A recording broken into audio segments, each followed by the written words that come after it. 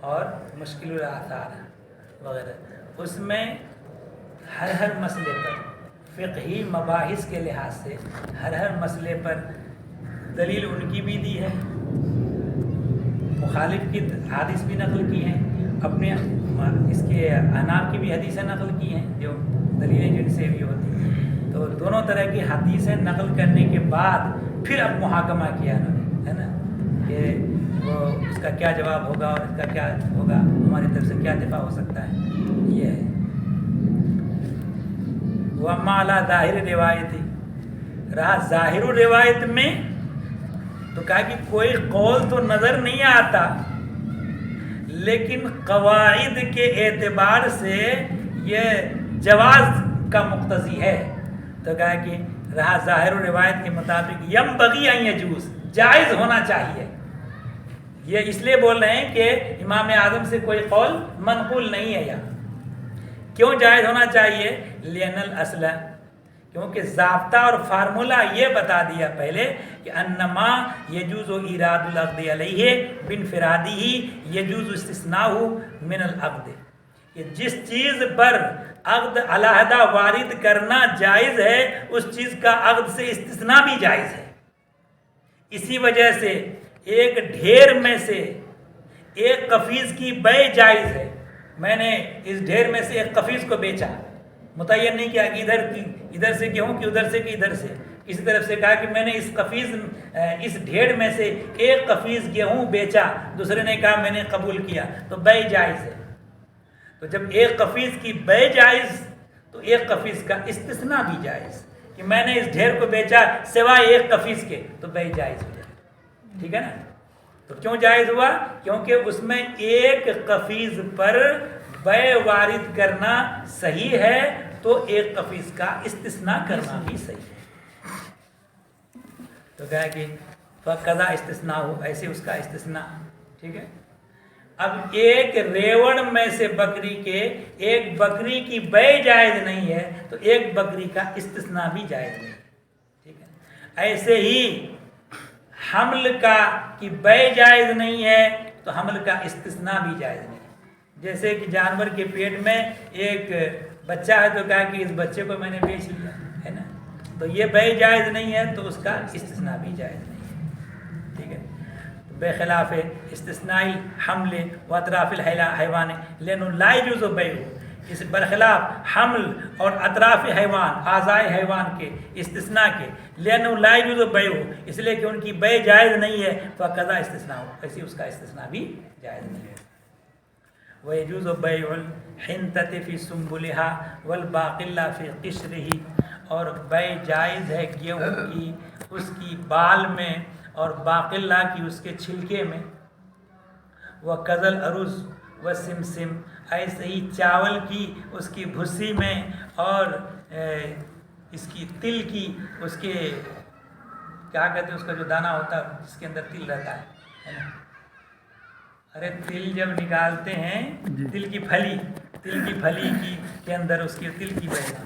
وقال شافعی لا یجوز، امام شافعی فرماتے ہیں جائز نہیں ہے بیع الباقل الاخضر، یعنی ہرے باقلہ کی بیع جائز نہیں ہے۔ وکذا الجوز واللوز والفستق، ایسے ہی بادام ہے، اخروٹ ہے اور پستہ ہے، ان کے پہلے والے چھلکے میں ان کے نزدیک، ٹھیک ہے۔ وَلَهُ، اور ان کا امام شافعی کا ہری والی باقلہ ہو بازار میں عام طور پہ ہاں ہوتا ہوگا ہی ہے نا، اور باقلہ تو ایک زمانے میں تو اسی کو کہا جاتا۔ وَلَهُ فِي بَيْعِ السُّنبُلَةِ قَوْلَانِ، بال کی بیع میں ان کے دو قول ہیں، ایک قول جائز ایک قول ناجائز، کن کا؟ امام شافعی۔ وَعِنْدَنَا يَجُوزُ ذَلِكَ كُلُّهُ، ہمارے نزدیک یہ سب جائز ہے، سب جائز، بات ختم۔ اور لہو ان المعقود علیہ مستور بما لا منفعت فیہ، منفعت لہو فیہ فاشبہ تراب الساغۃ اذا بیع بجنسہ۔ اچھا، ان کی دلیل کن کی؟ امام شافعی کہ یہاں جو ہے معقود علیہ، معقود علیہ کیا ہے؟ مثلا بادام اخروٹ وغیرہ یہ پہلے والے چھلکا کے اندر ہے، تو معقود علیہ جو اصل ہے وہ چھپا ہوا ہے۔ ایسی چیز میں جو منفعت سے خالی ہے، جو چیز منفعت سے خالی ہے اس چیز میں یہ چیز جو معقود علیہ وہ چھپی ہوئی ہے۔ فَأَشْبَهَ تُرَابَ السَّاغَةِ اذا بِیَ بِجِنسِهِ، یہ مشابہ ہو گیا سونار کی راکھ کے جبکہ اس کو اپنی جنس سے بیچا جائے، سونار کی راکھ بیچا جائے دوسری راکھ سے، تو کہا کہ بیع جائز نہیں۔ کیوں؟ اس لیے کہ راکھ کی جو بیع ہو رہی ہے یا راکھ بیچنا مقصود نہیں ہے، راکھ میں جو سونے اور چاندی کے جو ذرات رہ جاتے ہیں اور اس کی دھلائی کر کے وہ لوگ نکالتے ہیں، تو کہا کہ اس کی بیع ہو رہی ہے۔ تو اصل معقود علیہ ہے سونے اور چاندی کے ذرات، اور وہ مستور ہے ایسی چیز میں جو منفعت سے خالی ہے، وہ ہے راکھ، ٹھیک ہے، تو اس کی بیع جائز نہیں ہے۔ تو ویسے ہی یہاں بھی ان چیزوں کی بیع جائز نہیں ہوگی۔ کن کی دلیل ہے؟ امام شافعی۔ اپنے یہاں بھی نہیں جائز سونے اور ابھی آ رہا ہے۔ وَلَنَا مَا رُوِيَ عَنِ النَّبِيِّ علیہ السلام، اور ہماری دلیل وہ ہے جو نبی کریم صلی اللہ تعالیٰ علیہ وسلم سے مروی ہے، أَنَّهُ نَهَا عَنْ بَيْعِ النَّخْلِ حَتَّى يُزْهِيَ وَعَنْ بَيْعِ السُّنبُلِ حَتَّى يَبْيَضَ وَيَعْمَنَ الْعَاهَةَ، کہ رسول اللہ صلی اللہ تعالیٰ علیہ وسلم نے کھجور کو بیچنے سے منع فرمایا یہاں تک کہ وہ رنگ پکڑ لے، گدرا جائے، ٹھیک ہے۔ وان بیع السنبل، اور بال کو بیچنے سے منع فرمایا یہاں تک کہ وہ سفید ہو جائے اور آفت سے محفوظ ہو جائے، آفت رسیدہ ہونے سے محفوظ ہو جائے۔ اور دلیل لِأَنَّهُ حَبٌّ مُنْتَفَعٌ بِهِ، اور اس لیے بھی جائز ہے کہ وہ دانہ ہے، قابل انتفاع ہے، گیہوں جو ہے دانہ ہے، قابل انتفاع ہے۔ فَيَجُوزُ بَيْعُهُ فِي سُنبُلِهِ، لہذا اس کی بیع جائز ہوگی اس کی بال میں۔ کالشعیر، جیسے کہ جو کی بیع جائز ہے اس کے بھسے میں۔ جو تو کتنوں تم دائیں بائیں چلا کے لے کے آؤ، اس کے اوپر کا چکل تو رہے گا ہی رہے گا، نہیں دیکھا ہے جو دیکھا ہے جی ہاں، جو کا گیہوں تو بالکل صاف ہو جاتا، لیکن جو کا جو ہے بلکہ کٹائی کرنے پر بھی کچھ نہ کچھ رہ ہی جاتا ہے، ٹھیک ہے۔ تو جو ہے وہ بھی چھکل میں مستور ہے، مگر اس کے باوجود بیع جائز ہے۔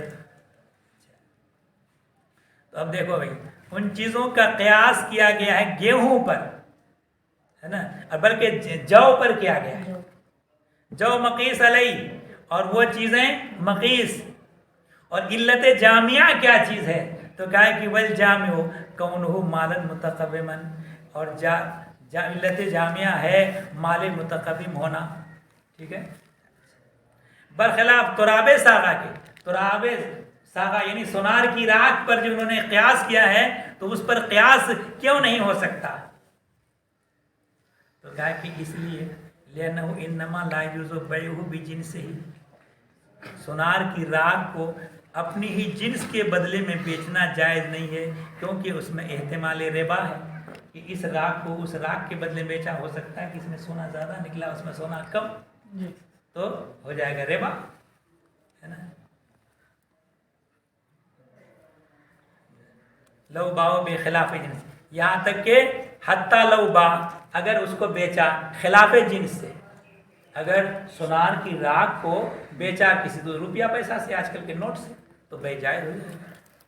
وفی مسلطنا لو باہو بجنسہ، اور ہمارے والے مسئلے میں اگر اپنی جنس سے اگر بیچا لا یجوز ایضا، اگر گیہوں بال میں ہے اور ان بالوں کے بدلے میں بیچا تو بیع جائز نہیں، کیونکہ ہو سکتا ہے کہ ان بال میں جو گیہوں وہ ایک سا اور ادھر سوا سا ہو، تو جو ہے اس صورت میں بیع جائز نہیں ہوگا۔ کیوں؟